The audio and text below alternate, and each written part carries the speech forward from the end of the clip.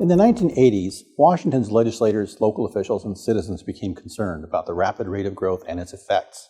Between 1980 and 1990, the state population surged from 4.1 million to 4.8 million. Urban sprawl crept into rural areas, farmland was being lost, transportation improvements were not keeping pace with growth. Many natural systems were being degraded, and there was confusion and conflict about the respective roles of counties and cities. A commission was appointed by the governor to study growth management programs in other states. The commission made a recommendation to the legislature, and many of these recommendations were adopted as the Growth Management Act of 1990. The GMA sets forth 14 planning goals to guide cities and counties in preparing and implementing comprehensive plans. These goals are not listed in any order of priority, so it is up to each local government to consider and weigh all of them in the planning process. In addition to goals to provide general guidance, the Act also includes a number of very specific requirements which local plans and regulations must comply with. All 39 counties in the state and the cities in those counties must designate critical areas, which includes wetlands, fish and wildlife habitat conservation areas, critical aquifer recharge areas, frequently flooded areas, and geologically hazardous areas. City and county governments must also adopt regulations that will assure no net loss of the functions and values of these critical areas. In preparing these regulations, cities and counties are to use the best available science, either by undertaking original research or by relying on information that is available from state agencies. Forestry, agricultural, and mineral resource industries are key drivers of our state's economy. All counties and cities must designate such resource lands that have long-term commercial significance, and they must also adopt regulations to conserve those lands. Who must plan? Well, in addition to the duty to designate and protect critical areas and resource lands, 29 of the 39 counties shown on this map and the cities within those counties must fully plan under the Act, which means they have a number of additional requirements for how they plan. One of the most significant requirements for fully planning counties and their cities is to designate urban growth areas, or UGAs, with sufficient area and densities to accommodate the population that is projected for the coming 20 years.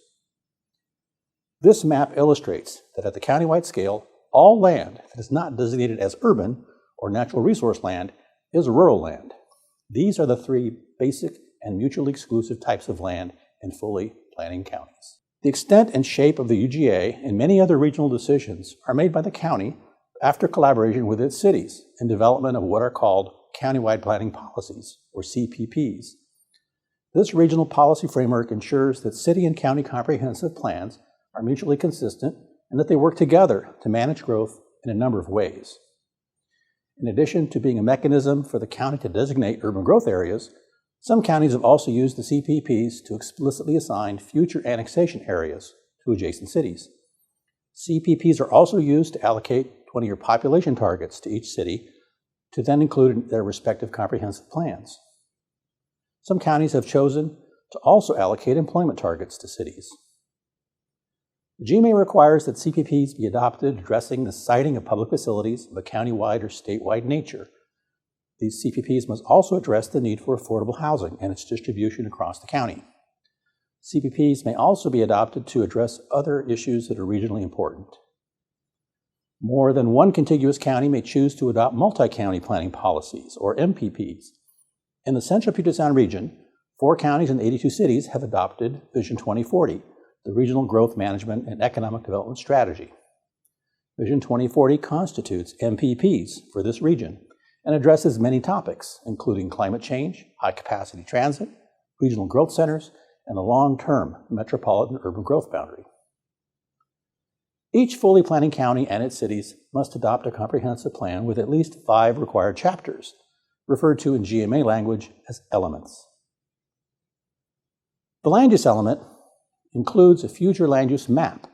The map and accompanying text describes the general distribution, location, and extent of different land uses.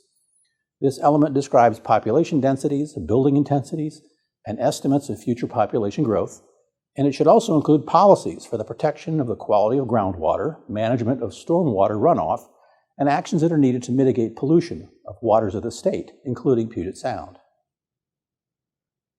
The transportation element includes an inventory of existing transportation networks It identifies existing needed improvements, as well as those improvements that will arise because of future growth. This element must address all modes of transportation, including transit, and it must include a bicycle and pedestrian component. The housing element includes an inventory of existing housing supply, describes how well supply meets current demand and future needs. This element should match future housing types and sizes with the economic means of current and future generations to secure housing. The utilities element considers the infrastructure needed to provide water and sewer capacity, power and telecommunications adequate to serve forecasted growth. The facilities and services described in this element include both those that are provided by the local jurisdiction or by others. The capital facilities element includes an inventory of roads, parks, public buildings, water supply and distribution systems, and wastewater collection and treatment systems. This element estimates the costs of providing these facilities over the life of the plan and must include detailed financing information for the coming 6 years. If the local government cannot pay for identified facilities, it must reevaluate the plan until the needs and the ability to pay are in balance. In addition, a fully planning county must also adopt a rural element. The rural element should define rural land use patterns and policies to protect rural character. A city or county may also choose to include optional elements in the comprehensive plan that are tailored to address unique circumstances or priorities. Some have chosen to include elements such as parks and recreation, economic development, urban design, or sustainability. A number of local governments have also chosen to include at the beginning of their comprehensive plan an overarching vision statement. The vision statement sets forth core community values and principles and provides a description of the community's desired future. The GMA has specific requirements for what each element must or may contain. However, every element usually consists of text, maps, tables, photographs, or diagrams. The text portion of an element typically consists of goals and policies. Goals are aspirational statements of a high-rank order, or they describe a desired future. An example might be maintain a sense of nature in a community. Policy statements, on the other hand, describe very specific actions or objectives needed to move the community in the direction of a stated goal. For example, a policy statement to serve the goal of maintaining a sense of nature might be something like measure the city's tree canopy, monitor its retention, and take measures that are needed to assure no net loss of tree canopy. Consistency is one of the key concepts in the Growth Management Act. GMA requires that the plan be both externally and internally consistent. External consistency means that your plan fits within the framework of state law, regional policies, and the plans of adjacent jurisdictions. In addition to complying with the goals and requirements of the GMA itself, a local comprehensive plan must also be consistent with any adopted countywide planning policies. The scope, manner, or degree of those regulations is determined by each jurisdiction, but in every case would need to give some substance to policies and direction provided by the plan. Some facilities, such as airports, correctional facilities, or sewer treatment plants, are difficult to cite, but are essential for the well-being of a region and its communities.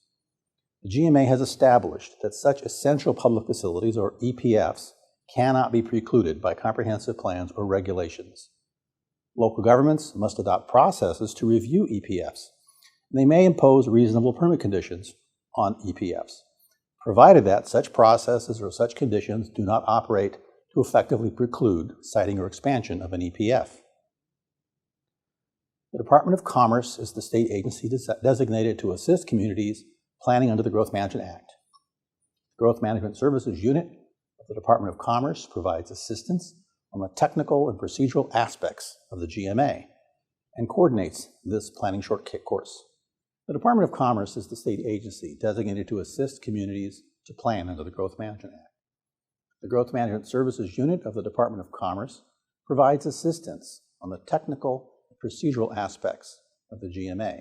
Commerce does not certify local plans for development regulations. Instead, local plans and regulations are presumed to be valid upon adoption by the city or the county, and they may only be overturned if an appeal is filed and either the State Growth Hearing Board or a court determines that some aspect of that local action does not comply with the Growth Management Act.